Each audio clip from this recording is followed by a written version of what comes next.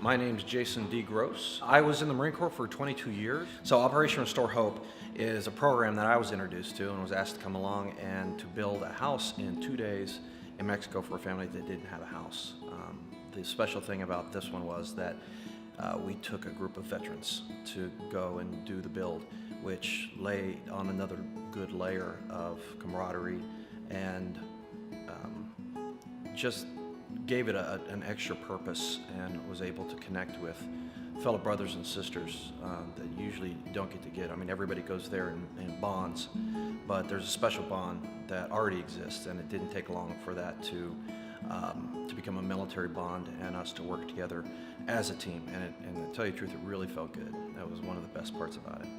One of the most incredible moments that I had there was the moment we had already gone through 1 day of building and gone through that experience, and then we went to Walmart to get some furnishings for the house that wasn't included in the regular package. And I'll never forget the moment standing outside the Walmart in a circle in the dark. We're all tired, we're all been through days of work, and we're looking at another day's work, and we all wanted to go out and be a part of this purchasing of the extra blessings upon the family. And we all got in a circle, and we decided that we should just pool our money and get the money together and then go in and shop for a list of the stuff that the family might need. And the moment was incredible for me, because all it was said was, okay, let's pool our money. And within 2 minutes, we had over $500 in cash that we were able to spend in Walmart. And I think that sticks with me a lot. I think about that moment a lot, because here's people that had gone and given of themselves, and monetarily and physically and emotionally, spiritually, and they go in there and it was just okay, this is what we're going to do, and within minutes, I mean, where else can you experience something like that? Within minutes, people were just handing over money, hand over fist. And I know it was about the blessing, and I know it was about us being there blessing that family, but it takes money to do that, and that's what we were willing to do over and beyond what was normally expected of us. And that to see the faces around people, and to give money that's usually hard to come by with people like us, it wasn't even an afterthought for any of these people. They were just, as fast as they get the money out of their wallet, into the pile. That's how it went down. Jesus is obviously my Savior, the reason that I know where I'm going when this life is over. But also, while I'm on this life, he is the one that reaches in there and moves the chess pieces. People can change, and the way that they can change is that their heart can be lightened as it's been hardened. I know I had, like a lot of people coming out of the service, I had my issues and that I had to deal with. And while I was a believer most of my life, I wasn't as practicing as I should have been. And it wasn't until I really focused upon Jesus and what he has provided me, and I realized that he showed me that I've been through, like a lot of these vets, we've been through a lot of types of healing, whether it be medical, physical, counseling. But what I think what Jesus has pointed out to me is the only true way that I can heal is to serve.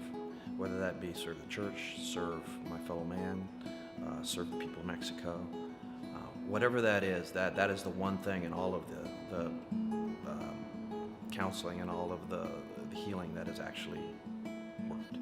So to me, Jesus is someone that brought me to where I am today, humbled and aware that I can affect a certain amount of starfish, and that's what I'll be dedicating the rest of my life to. I have a guy, I work at a church, and we have a maintenance guy, and he is gone like 8 of these missions. And I once asked him, why? This was before that I went on a mission. I said, is this like your vacation? He goes, yeah, I take vacation. I'm like, wow, so you spend lots of money to pay for a vacation to go and do a lot of hard work and then come back. And he said, yeah. And I remember not understanding that fully. I mean, I understand it logically, but I was like, this guy doesn't make very much money. And it takes him a long time to save up this kind of money and go out and do this. And he comes back and he does it over and over again. And I didn't quite understand that until I went. And money's like air. It's no big deal unless you're not getting any, right? So it's the money problem is normally the long pole in the tent. So if that's what is holding you back, then you're doing yourself a disservice. I have been I'm 47 years old. I was in the military for 22 years, and I saw a variety of crazy stuff. But what I felt and what I saw on this mission was ranks right up there with being the hands and feet of Jesus. There's just nothing like it. You know, I felt like an angel, and I hope that doesn't come across as, you know, not being humble, but I really felt going there that I had this power to bestow something special on this family that was going to affect the entire neighborhood.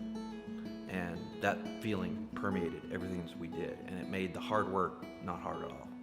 It made, you know, it was physically, emotionally, it was taxing, spiritually, it was absolutely fulfilling. And that's what I tell everybody about this mission. So if